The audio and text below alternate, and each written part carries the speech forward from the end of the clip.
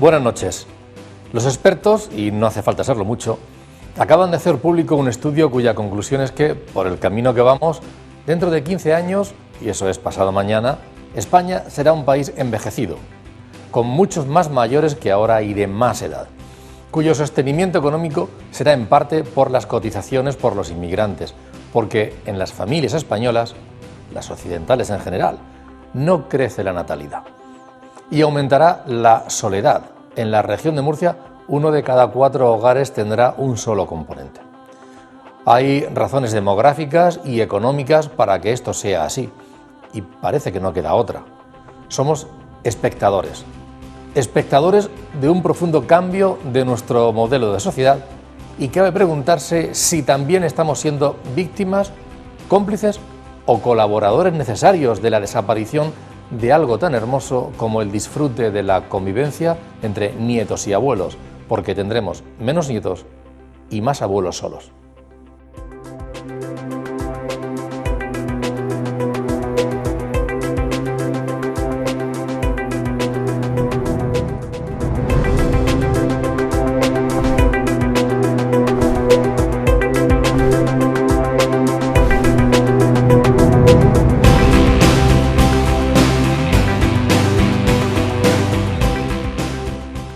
Buenas noches.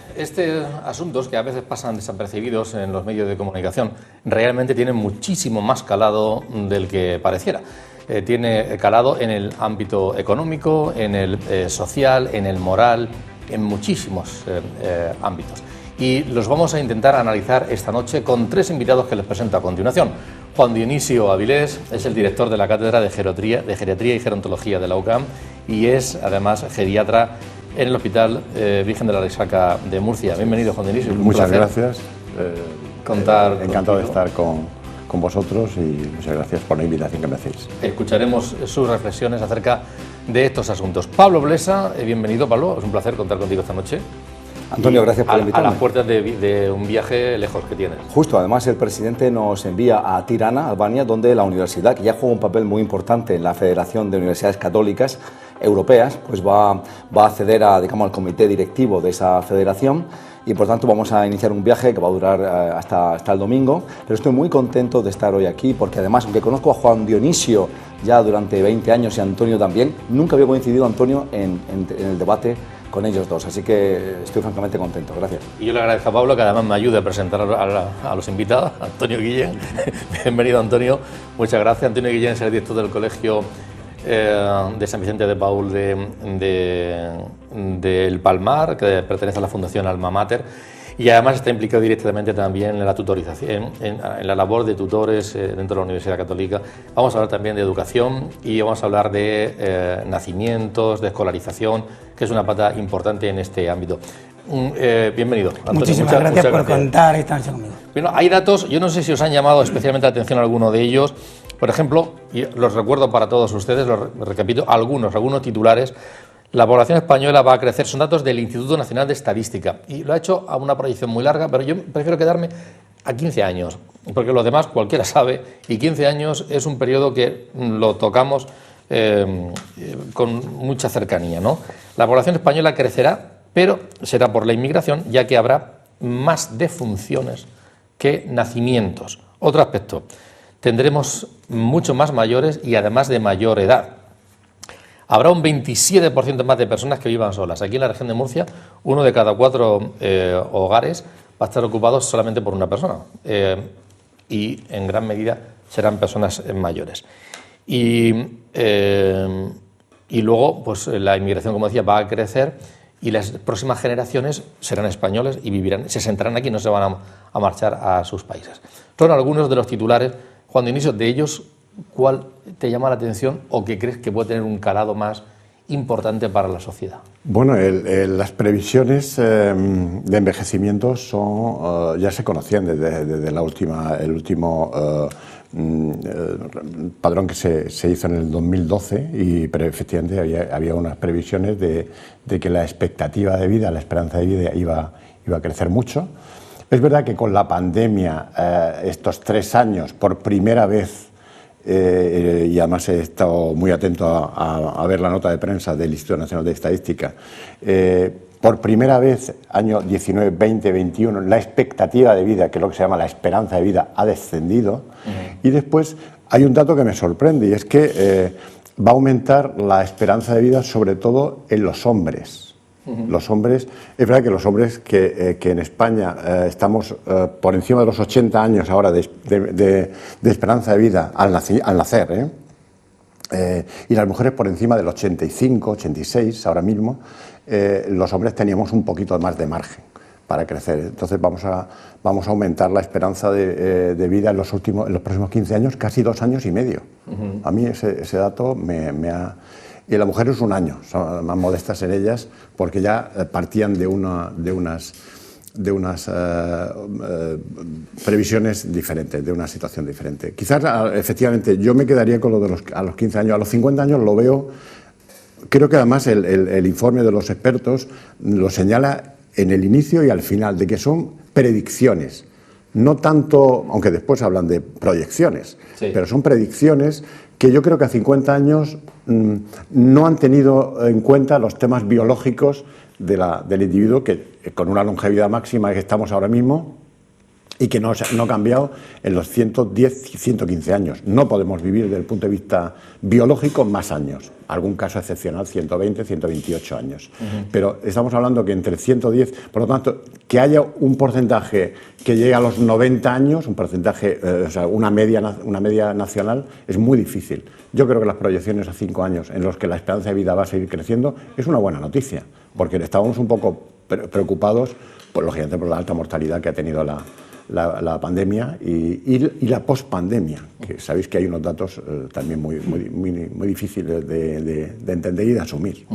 Pablo, yo preguntaba también al principio si son creíbles esos datos. A largo plazo es complicado, pero a corto, bueno, teniendo en cuenta la tendencia de los nacimientos y teniendo en cuenta la población que hay joven, la que va a haber de mayor, sí que la sabemos. Es decir, que a esos plazos me parece que sí son creíbles, ¿no?, las proyecciones. Me ha gustado lo que has referenciado en cuanto a que es mucho más justo valorar los datos a 15 años que no a 50. A 50 el cambio climático, pandemias que puedan ocurrir y que la Organización Mundial de la Salud aventura que van a ocurrir, las guerras, una potencial guerra atómica, todos estos avatares crean una nube que hace imprevisible cómo vaya a ser el mundo en 50 años. Pero 15 sí es más razonable. Me voy a quedar con una serie de datos positivos. El primero de ellos es que la población en España va a crecer en 5 millones. Es algo bueno porque cuando la población no crece, ahora veremos que las razones por las que va a crecer, como todos podemos aventurar y deducir, es la migración. Yo no creo que la migración sea necesariamente mala. De hecho, el Papa la bendice, y que la gente quiera cambiar de lugar de residencia para aspirar a vivir mejor o para vivir en un país con mejores condiciones, no me parece malo. Pero sí me parece que debe ser ordenada, lógicamente. Ese es un tema diferente y uno de los problemas que nuestras sociedades van a tener que, obviamente, intentar resolver de una manera correcta. Por otra parte, me parece muy bueno y estoy muy contento de ver que en esa proyección a 15 años la población en Murcia crece en un 16%, y eso es futuro, y eso es inversión, y eso es demanda, y eso es desarrollo económico. Cierto que vamos a tener el hándicap de el acceso al agua, porque una población mucho mayor consume más recursos, pero eso es desarrollo económico y es francamente bueno, mientras que es muy triste ver que otras regiones como Asturias, por ejemplo, o Extremadura o Castilla sufren un declive demográfico, pues francamente preocupante para ellos. Y tercero, sumando todo esto, también es una gran noticia para mí que no me voy a retirar a los 65. Yo soy una de esas personas que no pueden verse en el sofá viendo la tele. Entonces, como vamos poco a poco a tener que ir incorporando a nuestros estilos de vida, a nuestros cambios sociales, a los cambios políticos, el tsunami gris, que es como se llama a esta llegada de unas sociedades envejecidas muy mayores, uno de los elementos más importantes va a ser que no nos vamos a retirar a los 65 y, de hecho, como está pasando hoy ya en Estados Unidos, las personas con formación entre los 65 y los 72 años, un 65% siguen trabajando después de los 65 años. Por el contrario, es preocupante que las personas sin formación, solo un 32% siguen trabajando después. Pero esas tres cosas me alegran. Bien, el positivo es optimista, Pablo. Yo lo confieso, menos optimista por dos cuestiones que me preocupan y que apuntaba en esa línea editorial. Una, que no crezcan los nacimientos, al contrario, se van reduciendo, que las familias españolas, que las familias occidentales en general que cada vez tengan menos hijos, en una tendencia de vida que se ha marcado así, nos la marcamos o nos la marcan, pero el caso es que es esa, y luego eso de la soledad, el que vaya a haber cada vez más ancianos, más personas en general y ancianos en concreto que vivan solas. Son dos aspectos que a mí francamente me preocupa y yo no sé, yo apuntaba, no sé hasta qué punto somos víctimas y nos tenemos que quedar esperando o somos partícipes de eso y podríamos hacer algo. No sé, pues, ¿tú con qué te quedas? Es una buena cuestión. Yo soy pedagogo y también tengo teología y doy clases en la universidad, doctrina social de Iglesia, y cuando veo la realidad en el colegio y en la universidad, estamos hablando de una proyección a 15 años, pero es que realmente esa realidad que va a llevar dentro de 15 años, en cierta manera ya la tenemos ahora. Va a ser igual, solo que un poco aumentada. Y lo que nos tenemos que plantear es qué podemos hacer nosotros ante esa realidad, no solo como dato estadístico. ¿Cómo vamos a tratar a esos mayores que cada vez son más capaces? Lo apuntaba muy bien Pablo, intelectualmente, físicamente, la medicina ha avanzado mucho y consigue que tengamos no solamente años, sino una calidad de vida en la que podemos jubilarnos más tarde, pero participar. La realidad, comentaba antes, cuando empezábamos el programa, así nosotros preparándolo, que las personas mayores que van, por ejemplo, a los centros a recoger a sus nietos, es muy alta.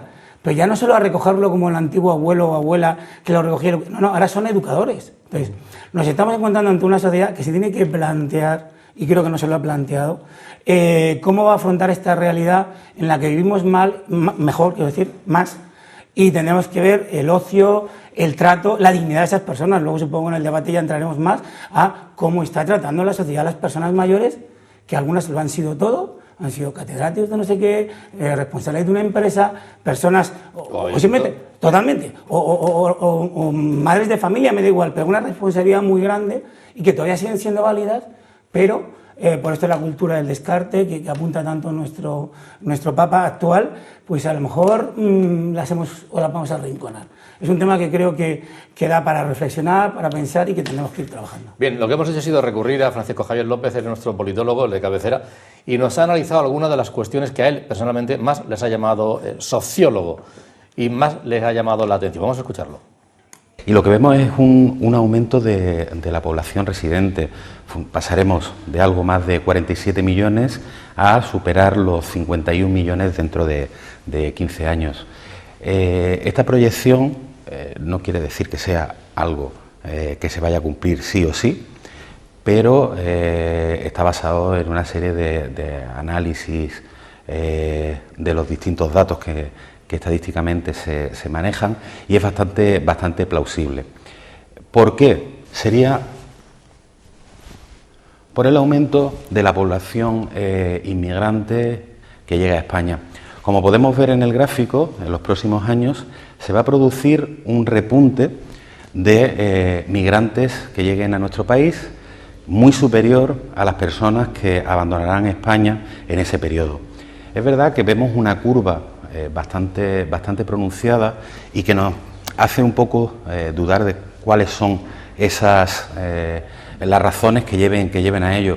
Probablemente en los próximos años llegará un momento también en que el propio mercado laboral y la propia economía española tampoco tenga capacidad de absorber mucha más población y junto a ello también estamos a las puertas, según todos los indicadores económicos, de una crisis económica, con lo cual que en los próximos 3-4 años aproximadamente se produzca ese aumento y luego empiece a caer, obviamente es algo que es bastante normal. Lo que sí vemos es que poco a poco, a partir de dentro de unos 15 años aproximadamente, esa tendencia posiblemente se estabilice entre aquellos que llegan y aquellos que se van.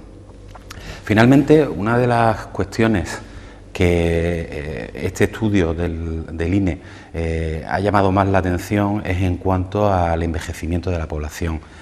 Hacen una proyección de las personas de más de 65 años que tendremos en nuestro país en los próximos años. La población española envejece a un ritmo bastante alarmante y que el crecimiento vegetativo es negativo, puesto que cada vez hay más personas mayores y cada vez hay menos jóvenes. Cada vez nacen menos niños y cada vez la población es mayor. Vemos como la curva se acentúa bastante y tiene mucho que ver con lo que llamamos los boomers, las generaciones de personas nacidas entre principios de los años 60 y finales de los 70, que fue el gran boom demográfico de nuestro país.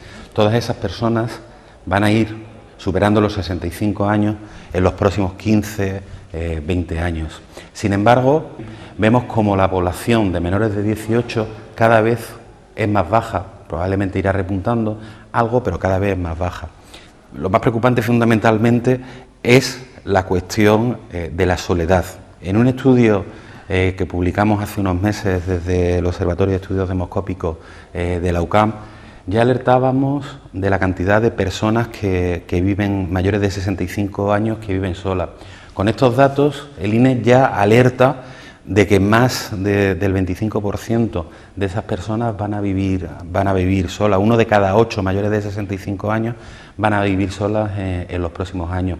Y eso va a requerir por parte no solamente de las administraciones públicas, sino de la sociedad en general, tomar una serie de medidas, como ya también a colación de aquel estudio hicimos propuestas para paliar la situación de esas personas mayores, cada vez más número y cada vez más solas, que necesitarán una asistencia no solamente domiciliaria, sino de todo tipo, y que requerirá muchísimo más esfuerzo económico, social y asistencial por parte de la sociedad y las administraciones públicas. Creo que son reflexiones interesantes, Juan Dionisio. ¿Qué te parece? Sí, además el grupo, los baby boomers, que el grupo de los años 58 y el 73, son 14 millones. Nacieron 14 millones de niños, 650.000 niños por año en esa época. Pero es que el año que viene empezamos a jubilarnos, en el 24. En el 24 ya estaremos. Hay otro fenómeno que es el fenómeno de la guerra civil, en el que ahora tienen 80 años. El bajón que se produjo tras la guerra civil son los que ahora yo trato con 80 años. Es una generación especialmente vulnerable, que además no se ha estudiado bien cuáles son las consecuencias biológicas de esa, igual que se han estudiado en Ámsterdam, en Holanda, las causas de la hambruna en la ocupación nazi. En España no se ha estudiado esa hambruna después de la guerra civil. No sé exactamente por qué, pero yo sí que lo estoy viendo ahora mismo con 80 años. Es una generación que ahora entra dentro de lo que se llama el concepto de fragilidad. Un concepto muy potente en geriatría, en gerontología, porque busca revertir esa situación para posponer la dependencia y comprimir la dependencia a los últimos años. Y a la postre la estrategia que necesitamos seguir. Prevenir las situaciones de pérdida de autonomía y de dependencia, detectando la fragilidad, para hacer que solamente la situación de dependencia y, por lo tanto, la necesidad de residencias geriátricas especializadas, medicalizadas o asistencia especializada en domicilio, retrasarla a los últimos años. Si no, las estadísticas son no alarmantes, son fantásticas, pero hay que hacer una gestión de todos estos datos que tenemos, porque el tema no es que la gente cumple años más y ya está, sino que aquella longevidad que vamos a conseguir, aquella expectativa de vida de 5, 6, 8, 10 años más, va a suponer una necesidad de recursos sociosanitarios exponencialmente altos. No la suma de más recursos, sino que se va a multiplicar por una cantidad porque las situaciones van a ser unas situaciones de necesidad de cuidados de personas dependientes y muy dependientes, que hay que tratar, y tratarlas muy bien, además. Es un factor que a mí siempre me ha alegrado exhibir y del que he fardado en muchos sentidos, que junto a Japón, pues España es el país con la mayor esperanza de vida y va a superar a Japón. Y sabemos que la esperanza de vida entre hombres va a ser en unos años, pero lo estamos viendo ya, de 86 años para hombres, de 90 para mujeres. Y acabamos de señalar aquí cómo, igual que existe ya en algunos países como Gran Bretaña, un ministerio de la soledad, un 12% de esos ancianos van a vivir solos en sus casas. Y eso va a tener un impacto, ese incremento en la pirámide poblacional del número de ancianos va a tener un impacto muy importante. ¿En qué? En la economía, y obviamente también lo va a tener en la política. Y si vemos un poco en la política, fíjate qué interesante, un profesor de una universidad muy prestigiosa de Harvard hizo un estudio de la evolución de las pensiones en 36 países industrializados. Solo en 5 de ellos se han moderado las pensiones. ¿Por qué? Porque los ancianos no solo es que son muchos más cada vez más. Son muchos más y creciendo. Es que además son los más comprometidos políticamente. Los ancianos son los que votan.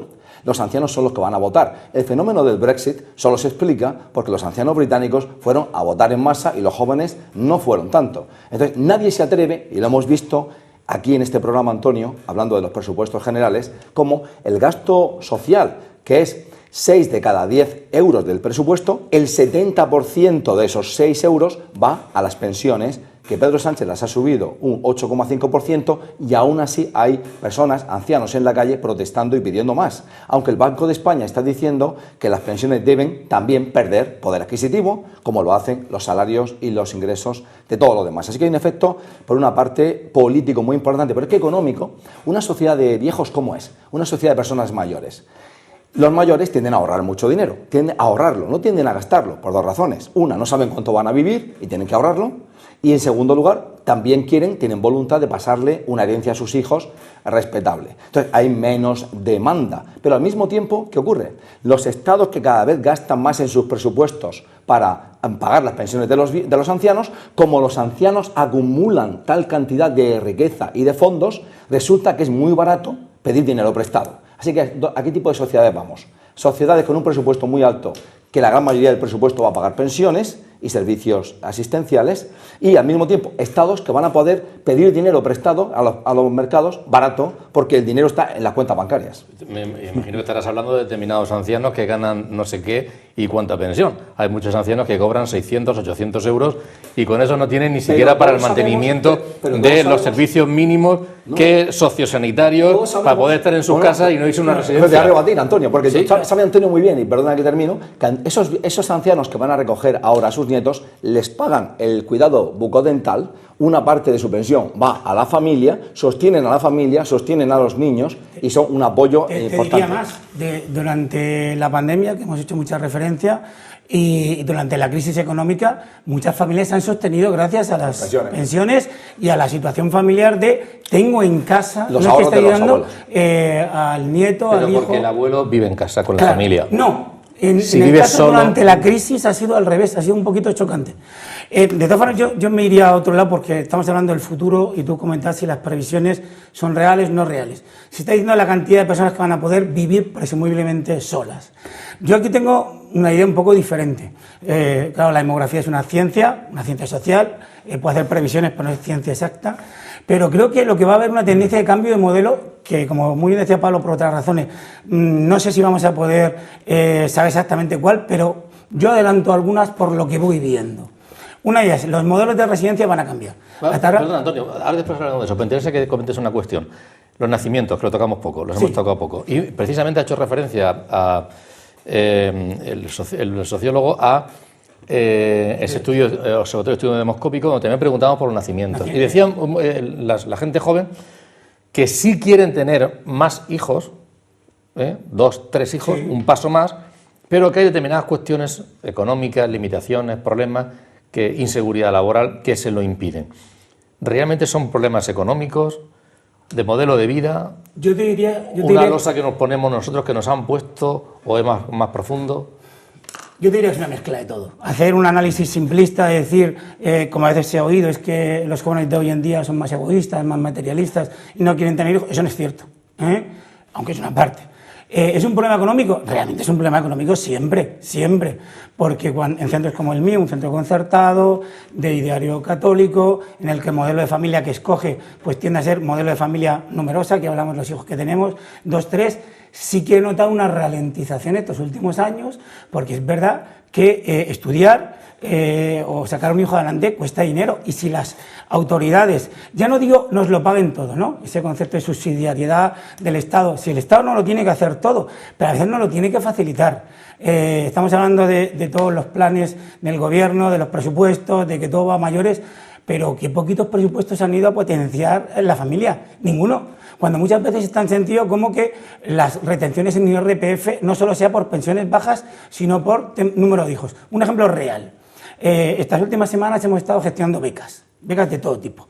Becas para comedor escolar, becas de libros, distintos tipos de becas. Hay una serie de baremos económicos que yo entiendo que tiene que haber hasta aquí y el corte. pues tú pones un corte, pero en el momento que saltas a un hijo, a 2 o 3, las diferencias económicas son mínimas.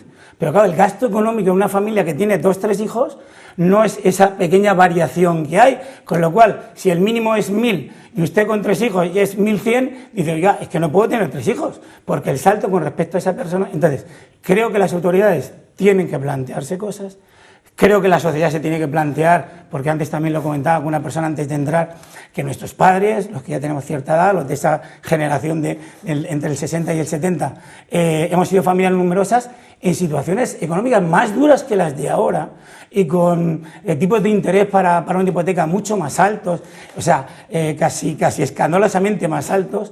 Comprar una vivienda y sacar una adelante. Efectivamente. Entonces, ahora estamos asustados porque tal, dicen, pero es que mi padre lo que pagaron era impensable. Entonces, es una mezcla de todo, pero está claro que las autoridades tienen que hacer un poquito, que la sociedad se tiene que plantear algo que antes no se planteaba en esa época intermedia en la que, vale, no tengo hijos, tengo 1 o 2, los datos que das de España, y no había muchas consecuencias porque todavía había generación.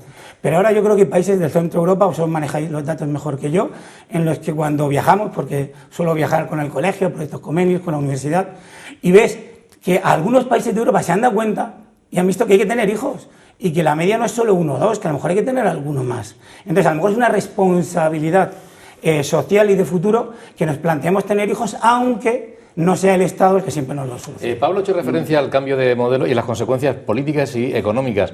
Nos hemos ido a hablar de ello con la, que nos aporta un poquito de luz, la vicedecana del grado de Dirección y Administración de Empresas, Mercedes Carmona. El sistema de pensiones español está en desequilibrio desde 2007. Lleva 15 años en desequilibrio. Según los últimos datos de 2021, el déficit está por encima del 2%, con lo cual es una situación que nos tenemos que empezar a plantear ya.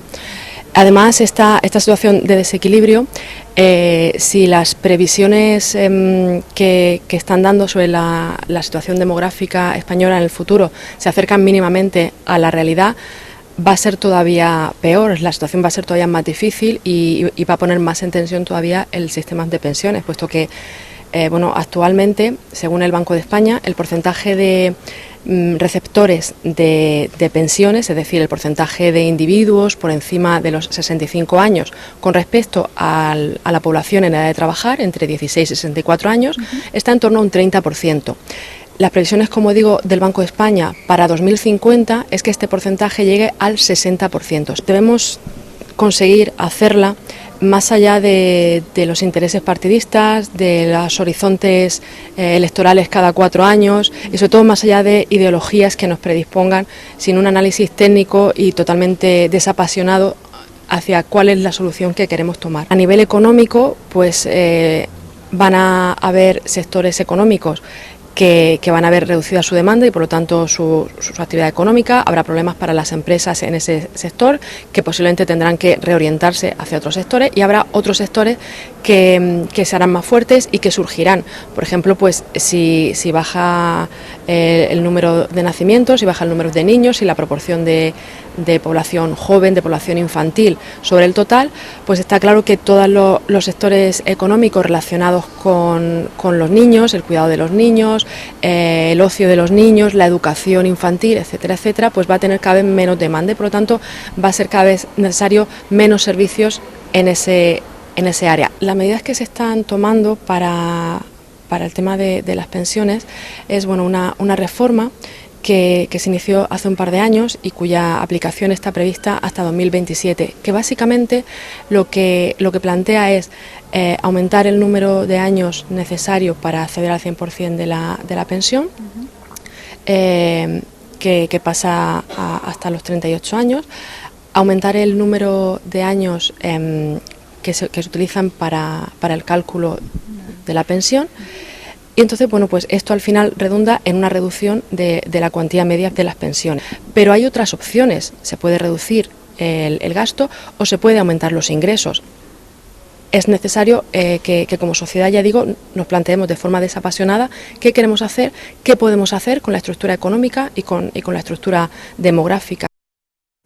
Parece que pide mucho Mercedes, eso de desapasionado, centrarnos de verdad a analizar la cosa. No, si tiene la razón, pero Mercedes es una persona muy cerebral y al mismo tiempo muy entrañable y habla muy claro y su análisis ha sido muy limpio, me ha gustado mucho.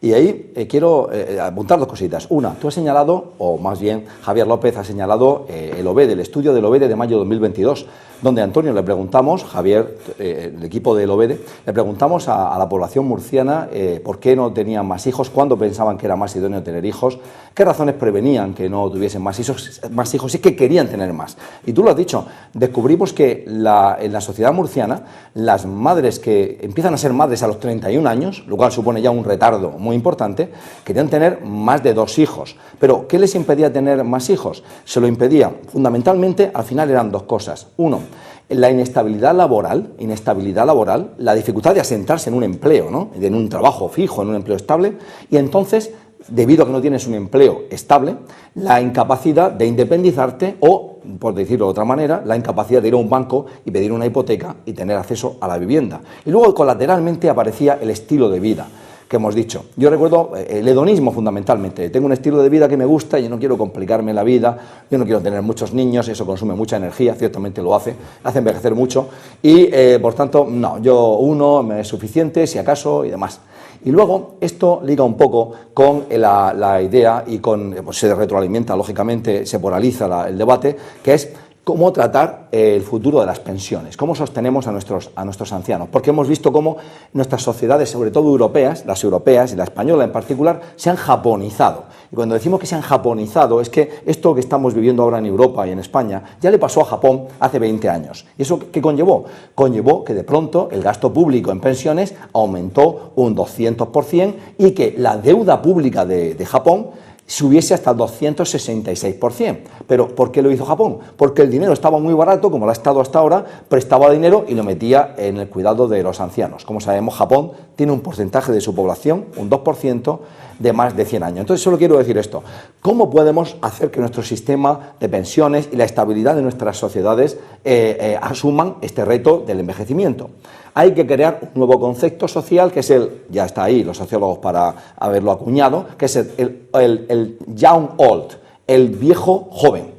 Igual que en el 19 apareció el concepto de la infancia, que no existía antes, en el siglo XIX, y en los años 40 del 20 apareció el concepto del adolescente, que no existía antes, hay que acuñar este nuevo concepto para esta gente, para esta población, que a los 61 años, como sabe muy bien Juan Dionisio, están en muy buen estado físico. Entonces, esta gente quiere seguir trabajando, quiere seguir produciendo, quiere seguir gastando, y si no autoriza, si no dejas de penalizar a estas personas, entonces, lógicamente, este problema de la hucha de las pensiones no tiene ninguna solución. Juan Dionisio, hablaremos ahora de la salud, de la necesidad de los ancianos, de los actuales y de los que están por venir, pero se está hablando mucho de cuestiones económicas. Tú hablas con ellos, tú eres clínico, trabajas con ellos. ¿Esas limitaciones también aparecen económicas de mi pensión no me llega?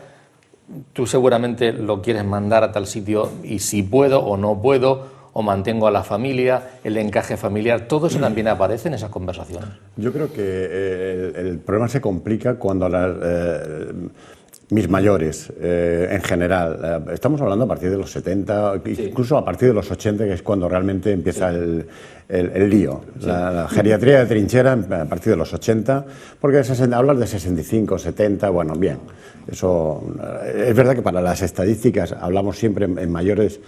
Hay una trampa también, lo digo por los datos con Europa. Algunos estados europeos hablan de mayores a partir de los 60 y por eso les salen otras cifras, ¿sí?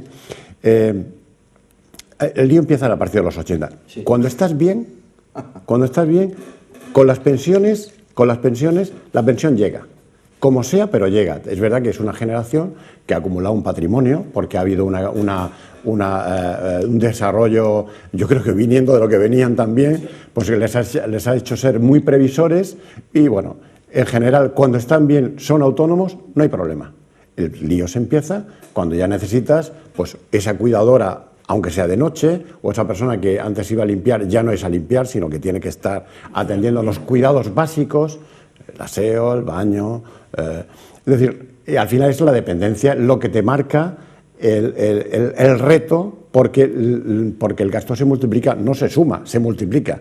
Una persona ya no si sabéis el coste anual de una persona con Alzheimer, 20.000 euros. 20.000 euros cuesta tener una persona en condiciones, aparte de los fármacos y demás, ¿eh? Es decir, entonces ese coste, si el recurso económico es escaso, porque la pensión no llega, pues hay un problema, tenés un problema.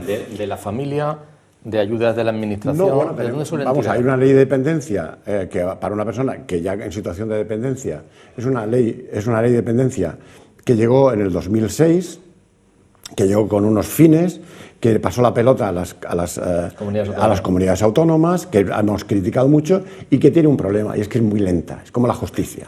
Entonces yo siempre digo, oye usted, pida la dependencia ya porque el proceso administrativo va a durar 1 año y medio.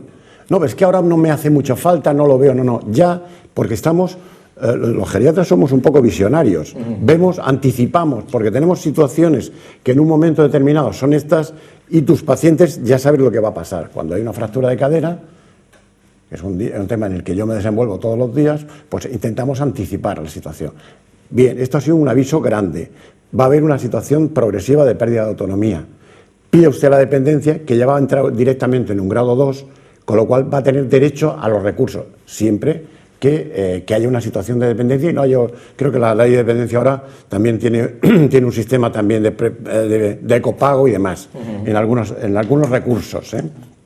Por lo tanto, mi experiencia, yo creo que las pensiones llegan cuando hay una situación en la que la persona es autónoma, si hubiera que hacer un resumen. Y cuando no llegan, pero no llegan ni las que están muy bajas ni las que están medianas. O sea, no llega casi ninguna cuando hay una situación de dependencia grave, enfermedad neurodegenerativa avanzada, ictus, situaciones muy complicadas. Entonces hay que, como sea, los recursos públicos tienen que estar ahí para protegernos a todos, evidentemente. Sí. Me comentaba, que me has dicho que lo íbamos a tratar ahora, que creo que el PIE tiene que empezar a cambiar el modelo, ¿eh? El modelo de manera de vivir de estas personas mayores o de nosotros mismos que estamos aquí, que vamos a llegar. Porque es verdad que los casos de personas altamente dependientes y dependientes, ahí está, la estadística no creo que cambie, varíe mucho, pero sí que vamos a tener personas que no son altamente dependientes, pero no tienen la misma autonomía cuando eran jóvenes, y que el modelo, como tú me apuntabas antes, de vivir en casa de la familia, es un modelo que ahí está, que se está olvidando, que habrá que ir al fondo de cómo veo al abuelo, cómo veo a papá, cómo veo a mamá, del concepto de persona, el humanismo cristiano y la dignidad, habrá que ir, pero a lo mejor hay que ir a modelos alternativos. Y yo a veces planteo cosas como, igual que, y se está planteando ya hoy en día, personas mayores que comparten piso con gente joven, con estudiantes. Personas mayores que conviven, pues estamos diciendo que viven solas. A lo mejor viven solas y pueden ser autónomas, pero su peor situación es la soledad, que yo creo que es una enfermedad peor incluso muchas veces que la rotura de una cadera si estás cuidado. Sí, porque genera otras enfermedades. Efectivamente. Y luego otros modelos, totalmente. Y luego otro modelo que además estos días escuchando en la radio hablan de que, bueno, pues esto es un tema que preocupa pues incluso a sindicatos, a determinados sectores, y comentaban que residencias públicas para mayores en la región de Murcia se han construido muy poquitas, 1 o 2, pero en cambio privadas se están creando. No se van a construir más. Efectivamente, pero ahora yo me planteo, y es a lo que quería llegar. No, porque cuesta muchísimo más. Eso es, pero ¿qué modelo? Y no mejoran la asistencia. Por eso, pero es que yo voy a plantear planteo una idea. ¿Qué modelo de residencia es la que necesitamos? Una residencia en que solo es, asistencial, y voy a ser bestia, como ocurre a veces con la educación, donde aparcamos al anciano, o podemos tender a un modelo que sea más, y ahora contaré una anécdota de gente joven con la que iba paseando un día por una residencia y me decían, de una residencia que fuera como un residencial de verano, donde pueda haber personas mayores que tengan su apartamento, su casa, pero tengan en común servicios como pueda ser una enfermera, como pueda ser la comida, como pueda ser el acompañamiento, el ocio, pero tienen esa independencia, pero viven como una pequeña urbanización. A lo mejor hay que tender a ese modelo, en las que sus pensiones se apuestan por ahí, y las pensiones que están recibiendo las ponen al servicio de esa residente y salen adelante. La anécdota que... tiene trampa. Pero un momento, sí. Cuidado que tiene trampa, porque esas residencias, todas las que tenemos en la ciudad de Murcia, sí, son equivalentes a lo que en otros países son hospitales de cuidados y de cuidados continuos. Claro. Es decir, no podemos cambiar el nombre. Ya, pero si no es lo mismo una residencia en la que las personas mayores, autónomas, conviven, como el cohousing o como modelos fantásticos. No tiene nada que ver las residencias de playa nuestras con las de la capital. Por eso el concepto de residencia. Entonces, residencial, llamémoslo de otra manera. Las residencias públicas y privadas nuestras, privadas concertadas, son todas, es lo que en Bélgica y en Ámsterdam son unidades medicalizadas de largos cuidados. Entonces, no podemos confundir, porque hace unos años salió la noticia de que Holanda, Dinamarca, quería eliminar las residencias geriátricas. Y aquí decía, es que hay que eliminar las residencias geriátricas. ¿Cómo vamos a eliminar las residencias geriátricas? Medicalizadas, cuando las necesidades de los cuidados son enormes y no hay recursos para hacerlos en casa, o el sistema sanitario fracasa, como está fracasando en la atención domiciliaria. Pues evidentemente que hay que, llámalos como quieras, llama a las unidades medicalizadas. Pero los mayores, vamos a ver, cuando una persona, nadie discute si una persona tiene que ir al hospital porque está enfermo. Pues no se debe discutir que una persona con una demencia avanzada, con Alzheimer avanzado, necesitando cuidados profesionales, tenga que estar en una residencia. No es un tema de querer o no querer, es un tema de que el mejor tratamiento se hace en esa institución. Vamos a llamarla unidades de largos cuidados. Vamos a cambiarle el nombre de residencias, porque si tanto trabajo nos cuesta ponerle el sello residencia, pues a lo mejor el plan es cambiarle el concepto. Has interrumpido por un momento también cuando has oído la palabra soledad. Es que la soledad genera todo lo demás. 4 de cada 10 mayores se sienten solos. Están solos y además se sienten solos. 4 de cada 10. Y además eso crea unas situaciones de ansiedad, melancolía, depresión melancólica inhibida, grave, y unas situaciones que generan, desde el punto de vista biológico, una serie de cambios que al final provocan enfermedades gravísimas, concretas, que conducen a un proceso concreto de órgano y que conlleva... Físicos, aunque no solo que es una cuestión psicológica, emocional, pero se somatiza y se hace físico. Sí. Que afectan a la neurobiología. Sí, siguiendo en tu línea... Y al final pues se afecta a la memoria, deterioro cognitivo, demencia, la demencia se hace. No todo es Alzheimer genético o previo de estos, de ese Alzheimer precoz que aparece a los 60 años, que es una catástrofe. No, la demencia se genera en base a la situación de estrés crónico, pero no el estrés de que hoy estoy nervioso, no, el estrés mantenido todos los días, agobiado en situaciones de verdadera que pone a la biología contra la espalda. Todo el tema de las defensas. ¿Por qué cuando estamos en una situación de estrés nos aparece un herpes? Pues porque hay una situación de bajo defensas cuando fallece tu padre, cuando has tenido un evento concreto. Situación de inmunidad baja, el tema de ictus, muy frecuente en nuestras mayores, mujeres mayores sometidas a estrés crónico, que es procesos, y entre ellos la soledad es un proceso mayor. Lo habéis comentado, que en Inglaterra se crea una Secretaría de Estado de soledad. Yo creo que en España, la Sociedad Española de Geriatría lo tiene detectado hace mucho tiempo, y en España hay una cosa muy potente, que es la solidaridad vecinal. Ya no solamente la familiar. ¿Pero se está perdiendo? Yo creo que no. Hay un concepto solidaridad vecinal extraordinaria que hace que una persona de 90 años que esté bien, autónoma, pueda estar en casa, pueda seguir en casa. Si está bien. Si no está bien, no. Tú tienes, aparte que no sería correcto. Si tienes un Alzheimer avanzado, no es correcto que el vecino esté dándose una vuelta. Eso no es así. O sea, veo, cuando estaba hablando Juan Dionisio y también Antonio, yo veía el caso de mi padre.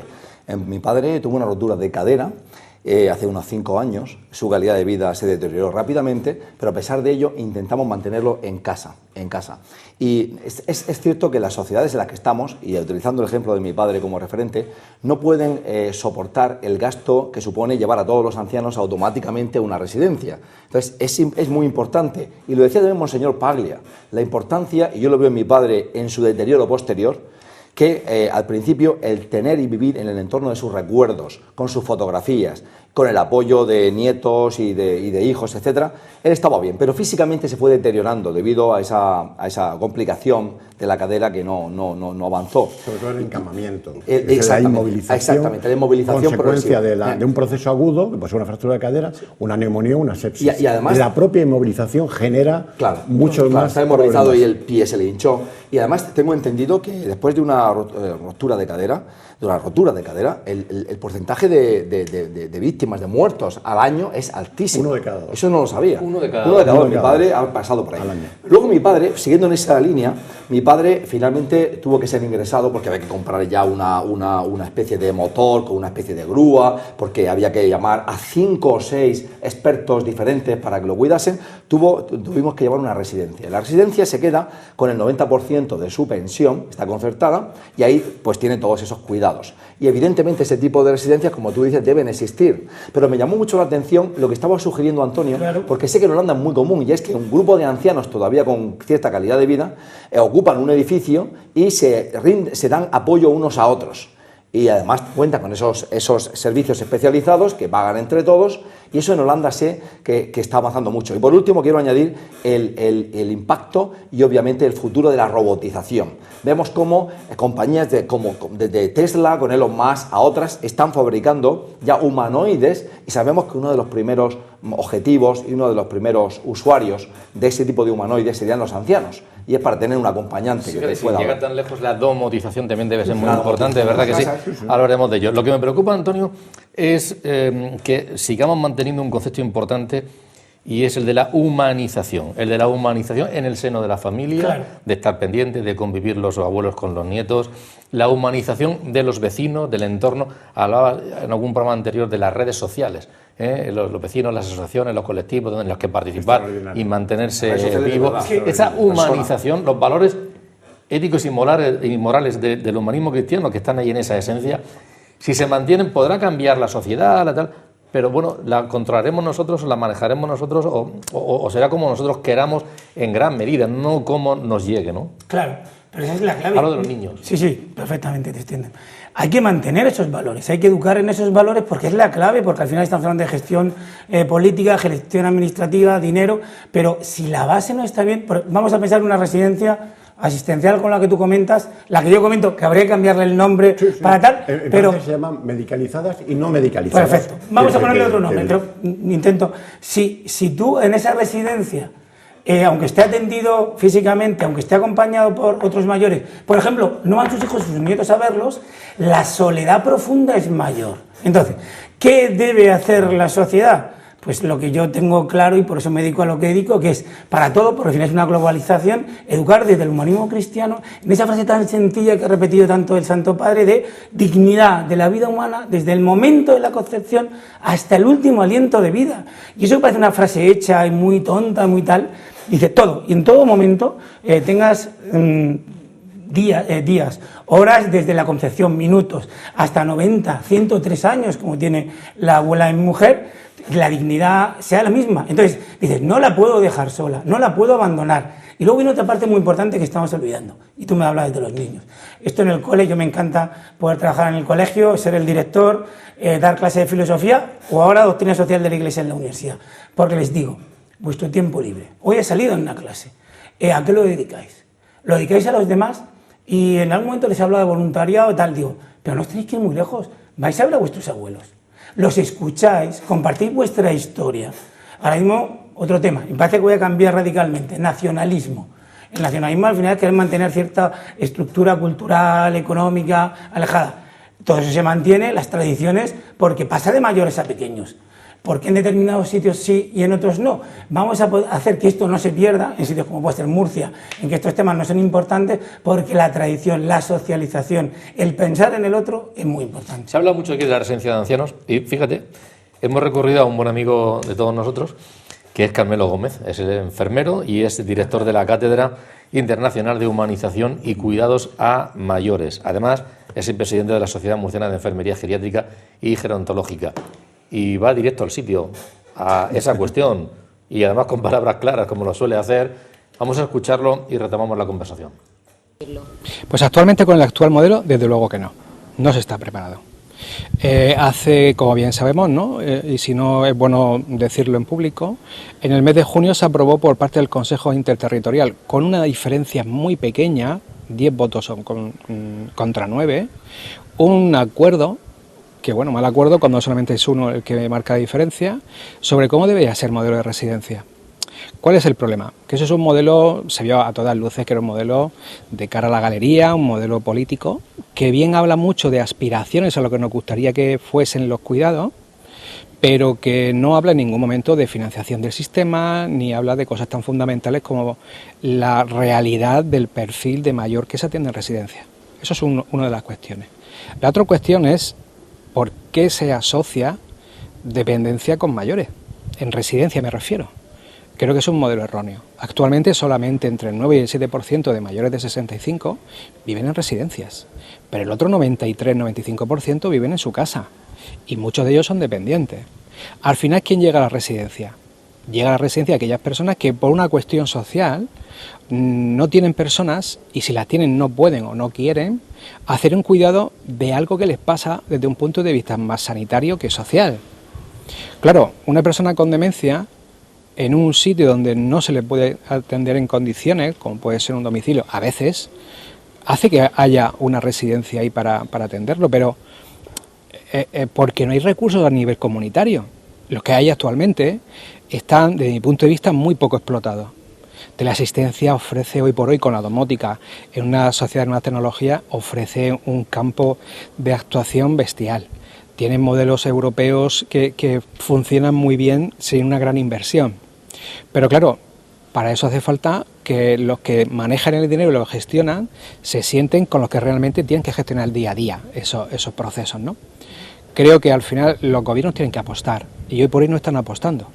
Están hablando de lejos de lo que se supone que el problema que supone la dependencia, la edad, pero no están haciendo nada al efecto. El modelo de residencia no puede ser entendido como el único modelo de atender la dependencia. Eso es un grave error. Las residencias del futuro, desde mi punto de vista, serán residencias diferentes a las actuales. Emanan de las actuales, pero serán residencias mucho más centradas en atender a personas mucho más enfermas, porque son aquellas que en los domicilios ya no podrán ser atendidas bien. Hace falta que a nivel nacional, por ejemplo, haya una verdadera estrategia sociosanitaria con un presupuesto, insisto, para que no ocurra lo que ocurrió en el año 2006 con la ley de dependencia. La ley de dependencia fue, para mí, sigue siendo el gran fiasco, sigue siendo el gran fraude de primero del siglo XXI en nuestro país. Fue una carta a los Reyes Magos, muy buena carta a los Reyes Magos, porque a todo el mundo le encantaría ese tipo de servicio, pero salió infrafinanciada. O sea, el Estado pone un 10-15% y el resto de las autonomías, cada una a su propio pulmón, con lo cual hay 17 comunidades autónomas en este país, 17 formas diferentes de atender a los ancianos. Eso no se puede permitir. Si ese tipo de ley que está condicionando este modelo actual y esa infrafinanciación no se modifica a nivel nacional, pues tenemos las mismas. Por muchos acuerdos que saquemos, estaremos incurriendo en el mismo error. Si sanidad no se implica dando la cara y asumiendo, no con la voz pequeña, sino haciendo cosas al efecto en que los mayores que están en residencias, por ejemplo, están atendidos en su vertiente sanitaria, al menos en atención primaria, por las enfermeras y por los médicos de la residencia, exclusivamente en un 90%, hombre, algo de eso tendrá que cambiar para realmente apostar por un modelo real. Juan Dionisio. Sí, no, Carmelo además tiene una anécdota. Es que su tesis doctoral, cuando hablabais de las visitas en las residencias, en su tesis él destacaba la diferencia que había entre los residentes que eran visitados, que tenían la medalla se sentían orgullosos porque no, es que a mí me visitan y a ti no. Y eso era muy curioso a la hora de estudiar, porque hizo un estudio en residencias geriátricas. Es el que más sabe de residencias geriátricas, pues probablemente, no sé en España, pero probablemente en Murcia sin lugar a dudas. Bueno, él ha dejado entrever un poco, claro que un poco buscar el modelo europeo, modelo francés, en las que sanidad se ocupa de una parte del coste, tercio. Hostelería, que es la persona, que al fin y al cabo, la hostelería tendrías que pasarla en tu casa también, y la dependencia, en función de tu grado de dependencia, se ocupará de otro. Ese modelo que muchas veces hemos hablado con los responsables políticos de, oye, buscar, ¿qué pasa con sanidad? ¿Sanidad? ¿Dónde está sanidad en las residencias geriátricas? Los médicos de atención primaria no atienden a los pacientes de residencias, o los recursos sanitarios, tanto de las residencias públicas como privadas, el médico de la residencia, médico coordinador de residencia, es el que hace la asistencia sanitaria y la enfermera es la que hace la asistencia también sanitaria. Es decir, en ese modelo, el sistema sanitario, el Servicio Murciano de Salud en este caso, no aporta los recursos que debería de aportar. Son residencias. En la atención domiciliaria, pues bueno, menos mal que están las urgencias, el 112, y la puerta de los hospitales, porque lógicamente ahí hay un gap, hay una falta de asistencia a ese paciente dependiente que la familia heroica, porque hace un verdadero abordaje heroico de esa situación, con situaciones que no os podéis ni imaginar, porque lógicamente no estáis en este mundo, estamos... Situaciones en las que una persona con una demencia avanzada, con una situación gravísima de dependencia, está cuidada por los hijos, con turnos, con un patrimonio, con un desgaste personal enorme y económico que no os podéis ni imaginar también. Y ahí falla la asistencia sanitaria. ¿Dónde están los médicos? Los médicos tienen que ir a domicilio a ver... los médicos hasta hace unos años, se llamaba programa de inmovilizados. Se llamaba programa de inmovilizados, en los que los enfermeros y los médicos asistían a domicilio. No existe ahora mismo. Entonces, ahora mismo tenemos un problema grave que estamos intentando resolverlo por una vía que queremos que se desarrolle, y es que los médicos coordinadores de residencia estén asistidos y coordinados por un geriatra de hospital. Geriatra de hospital, equipo de geriatría hospitalaria, que se coordina con el médico de residencia para sacar adelante la atención sanitaria que el médico de residencia está haciendo, pero que se queda con muchas dificultades técnicas, analíticas, que se retrasan, fármacos que hay que prescribir, pero que el médico de residencia no tiene acceso al sistema REC, al sistema de prescripción. Es decir, tenemos que darle una vuelta que no es tan difícil en temas concretos. Es cuestión de adelantar, sentarse a trabajar en este tema. Y tener claro que ir a una residencia cuando una persona tiene una dependencia avanzada y severa no es un tema de quiero o no quiero llevarlo, ni un tema de yo no quiero llevar a mi padre a la residencia. Y entonces, como yo soy más que tú porque yo no llevo a mi padre a la residencia. No es así, ¿eh? Y tenemos que superar ese prejuicio, porque si no, nos estamos todos viendo afectados. Existe ese prejuicio. Por eso decía que nadie cuestiona llevar a un paciente a un hospital. Pues yo no me cuestionaría si mi padre tiene una situación de dependencia severa, que sea atendido por profesionales. ¿Dónde? En una residencia geriátrica. Los cuidados en la residencia se hacen fantásticamente bien, muchas veces mejor que en el hospital. Los cuidados más cuidados. Por cierto, hablando de cuidados más cuidados. Hablando de cuidados, brevemente, ¿habrá necesidad de profesionales a corto o medio plazo, de determinados profesionales, de algunos perfiles concretos? Yo creo que Carmelo, como siempre, va muy avanzado, ha dejado entrever de que vamos a ir a un área, yo creo que vamos a ir dentro de las propias residencias, unas áreas de cuidados especializados. Eso a nosotros nos da una dignidad y nos da una fuerza enorme. Cuando nosotros vemos, porque Carmelo y yo visitamos concretamente un hospital de Lyon prácticamente hasta la pandemia todos los años. Tenían un sistema de piscina de recuperación, pero en realidad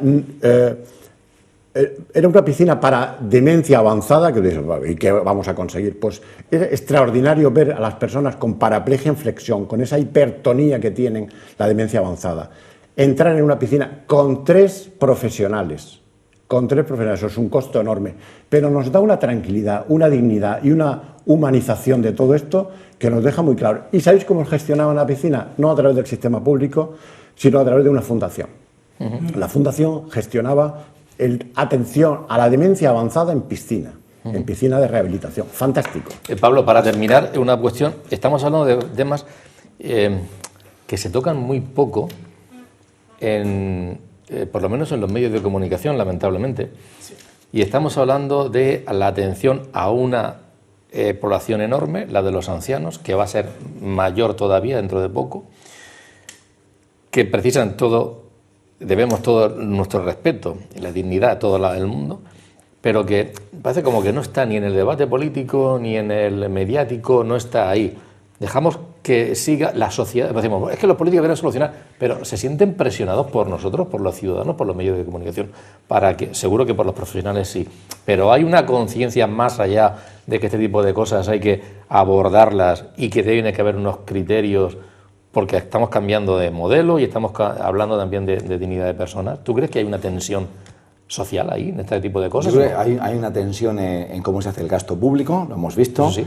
Pero al mismo tiempo, como aquí se ha puesto de manifiesto en este melting pot de ideas, se podrían hacer muchas cosas que no serían tan caras de hacer y que sería maximizar recursos. Esta última que se ha señalado de esas visitas a los hogares para evitar que la persona directamente salga a una residencia, que es mucho más caro, y se pueden hacer muchas cosas con mucho menos dinero. También, como decía antes, dándole un espacio a estos nuevos viejos jóvenes que quieren seguir trabajando, que tienen capacidad de seguir aportando. Fíjate lo que decía Juan Dionisio, ¿no? Si hasta los 80 no hay casi que preocuparse. Esa gente todavía tiene potencial y son todavía jóvenes.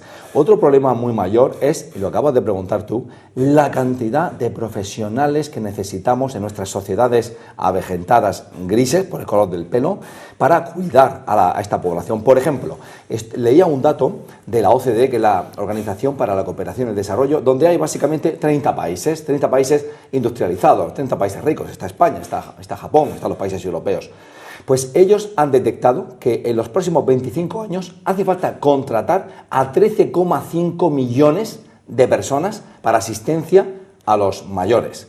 ¿Eso qué significa luego llevado al terreno de nuestra realidad, de nuestro entorno? Es ingente dos cosas: la cantidad de jóvenes que quieren estudiar disciplinas y profesiones en el área de la salud, que luego muchas veces van ligados al cuidado a los ancianos, lo sabemos bien, y también un fenómeno que yo veo en la universidad es la cantidad de empresas holandesas, noruegas, danesas, que vienen a decirnos: queremos contratar a vuestros enfermeros, pero si no hablan holandés, no te preocupes, unos sueldos de 3.000 euros y durante 2 años vamos a escolarizarlos para que aprendan holandés y contrato fijo a los 2 años. ¿Por qué? Porque hace falta, necesitan, en el norte sobre todo, que tienen más medios económicos, este tipo de profesionales urgentemente. Y luego tengo un caso personal, que es la hermana de mi mujer, que es médico, y hace poco decidió ver qué tipo de empleo le ofrecían en Europa si se desplazaba desde China a Europa a trabajar, y mandó currículum a varios sitios. Bueno, le ofrecieron en un hospital de ancianos en Alemania, en un hospital de ancianos en Holanda, en un hospital de ancianos en Dinamarca y en otro en España. O sea que había trabajo con los ancianos. ¿Hay tensión, bajo tu punto de vista? ¿Hay preocupación social, implicación respecto del modelo de sociedad que queremos o al que vamos, el respeto a esos colectivos y a esos sectores de población? Yo más que tensión te diría que preocupación, porque hemos tocado pues, el tema de las residencias, el tema sanitario, falta el tema educativo, el tema de quién está, lo hemos hablado también antes previo al debate, quién está educando ahora a los niños. Casi que están educando más estos mayores de los que estamos hablando tanto que los propios padres, porque hay quien quiere que sea el Estado. O sea, que efectivamente, bueno, eso no saques el tema que está para otro debate. No, por cierto, eso se lo preguntas a los niños y alucinan. No, mis padres son mis padres. Pero bueno, en este tema hay tensión en el sentido de que se ven capacitados, pero también se están viendo con responsabilidades que no les corresponden. Por antes los abuelos, ¿para qué han estado? De visita a los fines de semana, los veranos, y para mimar y echar una mano y tal y cual. Ahora son ese babysitter, no ya el abuelo joven, sino que ahora soy un padre, pero soy un padre mayor. Es que ya estoy mayor para educar. Y yo esa labor ya la cumplí, ahora me toca cumplir otra etapa. Pero también se ven, y hay miedo a veces, de yo lo estoy dando todo por mi hijo. Puede ser que luego los hijos eso no lo devuelvan. Hay un tema que a veces sale en las escuelas de padres, y es eso, cómo educamos en valores, y sale la figura del niño rey, ¿no? Del niño que se cree todo, que se lo merece todo, se lo estamos dando todo. Cuando esos niños ya crezcan, ¿van a saber devolver a sus padres y a sus abuelos todo eso que le hemos dado? ¿O seguirán pensando que aunque seas mayor, y esto lo he visto yo, me tengas que seguir cuidando? Es decir, en vez de que el abuelito, voy a contar un caso real y casi que terminamos con eso, anecdótico, que además tuve que intervenir. Un señor mayor, y cuando digo mayor es mayor, no de 60 ni de 65, que acompañaba a su nieta al colegio, y era un señor que, de hecho al año siguiente iba en silla de ruedas, le llevaba la cartera a la niña y tenía 16 años. Y el acompañar era para que no estuviera sola, pero al final estaba él para servirla a ella, cuando realmente era una oportunidad de que tu abuelo te acompañe, vaya contigo. Entonces, Son temas que preocupan, son temas que nos tienen que ocupar, como diría alguien, que tenemos que plantearnos en la escuela, pero también en la familia, los políticos que nos lo están tocando, la sociedad, los medios de comunicación. Y la clave al final, la hemos dicho y la volveré a repetir, que es el concepto de dignidad de la persona que el humanismo cristiano ha planteado desde el siglo cero, obviamente. Hemos hablado del consumo, de los costes, lo que cuesta, no sé qué, sí, pero también depende hasta qué punto nosotros queramos que cueste. Yo, hablando de una anécdota, de un caso real, yo te voy a contar otro. Me decía un amigo que acaba de comprarle un coche a su hijo, tiene 19 años, se le acaba de comprar un coche y que no lo necesita, pero resulta que tiene un gimnasio enfrente, pero no le gusta. Le gusta uno que está más lejos, claro, y entonces para ir al que está más lejos necesita un coche. Claro. Y entonces, no, pero le ha comprado el coche de segunda mano y le ha comprado el coche. Al final nos metemos en que, claro, por una parte, ese consumo lo disparamos, Sí. y también la percepción de que me lo pagan, lo tengo, lo necesito, lo quiero, lo tengo, y también hay que ver hasta qué punto esos consumos y esos gastos son porque los hemos establecido nosotros una sociedad de consumo en la que y además que lo estás acostumbrando a tener consumos y gastos innecesarios y que a lo mejor luego no puedan hacer frente, porque estamos hablando de las pensiones. ¿Tienes otra anécdota Pero buena? las, Mira, hablando de eso del coche. Tenía un grupo de alemanes hace poco y le tocamos el tema de la demografía y la natalidad. Y le digo, había muchas chicas entre ese grupo. Digo, entonces, ¿cuántos hijos vais a tener vosotras? Estaban en los 27, los 28. Dice, pues, obviamente no más de 2. Digo, ¿y no más de 2? ¿Por qué? Dice, Pablo, es muy obvio, por el coche, no me cabrían en el coche. Entonces, es tomar la demografía, tomar el número de hijos que vas a tener en relación al coche y al garaje que tienes. Cosa que es muy curioso, ¿no? Curiosamente. Es distinta a tu anécdota, pero muy parecida. Quiero terminar en positivo por una cuestión que antes de empezar el programa comentaba Juan Dionisio, y quiero que lo diga aquí, aunque sea brevemente. Decía, si llegamos a cierta edad en buenas condiciones, nos cuidamos y, oye, también nos respeta la salud, es un seguro, un plus, sí. Un seguro de vida. Cuéntanos porque me parece importante. Bueno, hay todo un desarrollo en la idea, pero es un poco también la práctica clínica mía. Sí. Lo que yo veo en las personas, que es un poco lo que te ha llamado la atención, las personas que llegan a los 90 años, son 90 años en buena forma, hay una tabla que nosotros manejamos para hacer predicciones de supervivencia. Lo utilizamos cuando valoramos a los pacientes que se les va a colocar una TAVI y en la risaca. Hacemos una valoración de supervivencia y hay unas tablas en las que si una persona llega a los 90 años bien, la expectativa de vida en buena salud, que es un poco clave en el tema. Claro, no hemos hablado de la esperanza de vida sin dependencia. La expectativa de vida con buena salud es todavía de 8 años por delante. Es decir, llegar a los 90 años en buen estado físico te asegura una década prodigiosa, de alguna forma. Y ya sabéis que el dicho, no hay viejo que pueda vivir un año más y joven que pueda morirse al día siguiente. Pues efectivamente, estos mayores que llegan bien van a vivir bien esa década. Eso es muy importante. No es lo mismo llegar arrastrando una enfermedad neurodegenerativa, vascular, que llegas a los 88, 89, 90. Pero cuando llegas bien...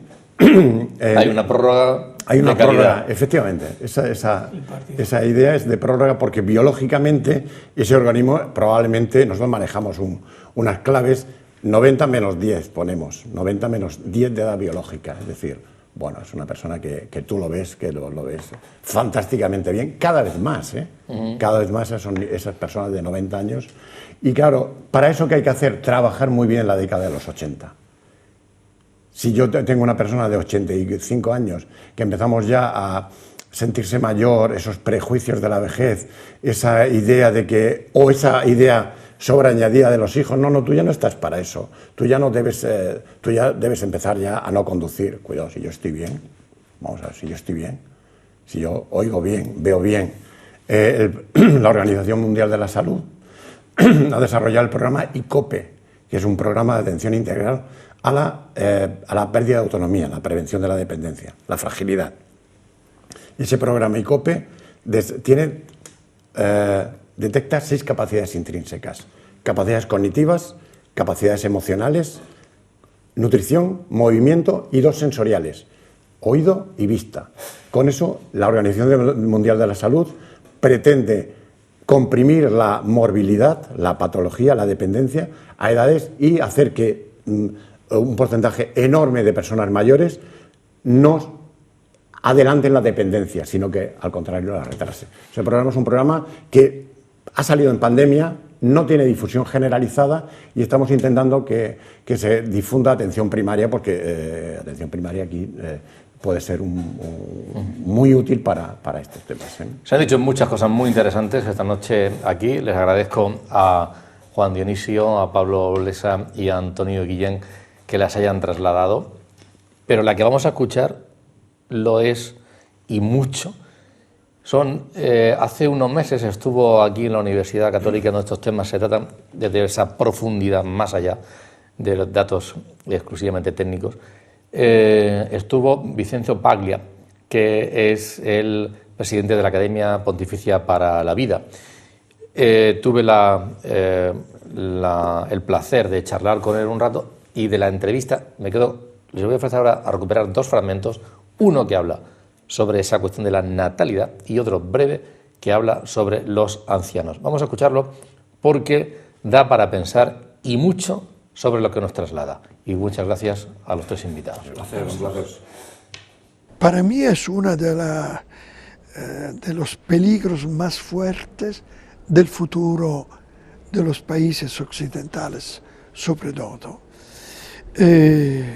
Porque son muchas pocas los nacimientos.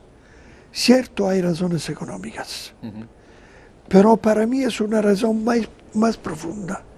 Falta la esperanza por el futuro. Y la egolatría de que hablamos, el individualismo nos empuja a replegarse en nos mismos. No tiene la capacidad de soñar. El individualismo nos empuje a pensar en el futuro. Nos empieza a soñar una realidad, humanidad más amplia, más bella. Cada uno piensa que la vida termina en el pequeño cerco de mí mismo. El amor es muy bajo, muy individualizado, es en el presente, no el sueño del futuro. Por eso es difícil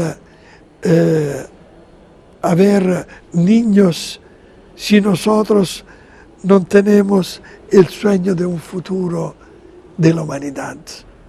Hoy, a la diferencia de los pasados, la población de los viejos es una población enorme.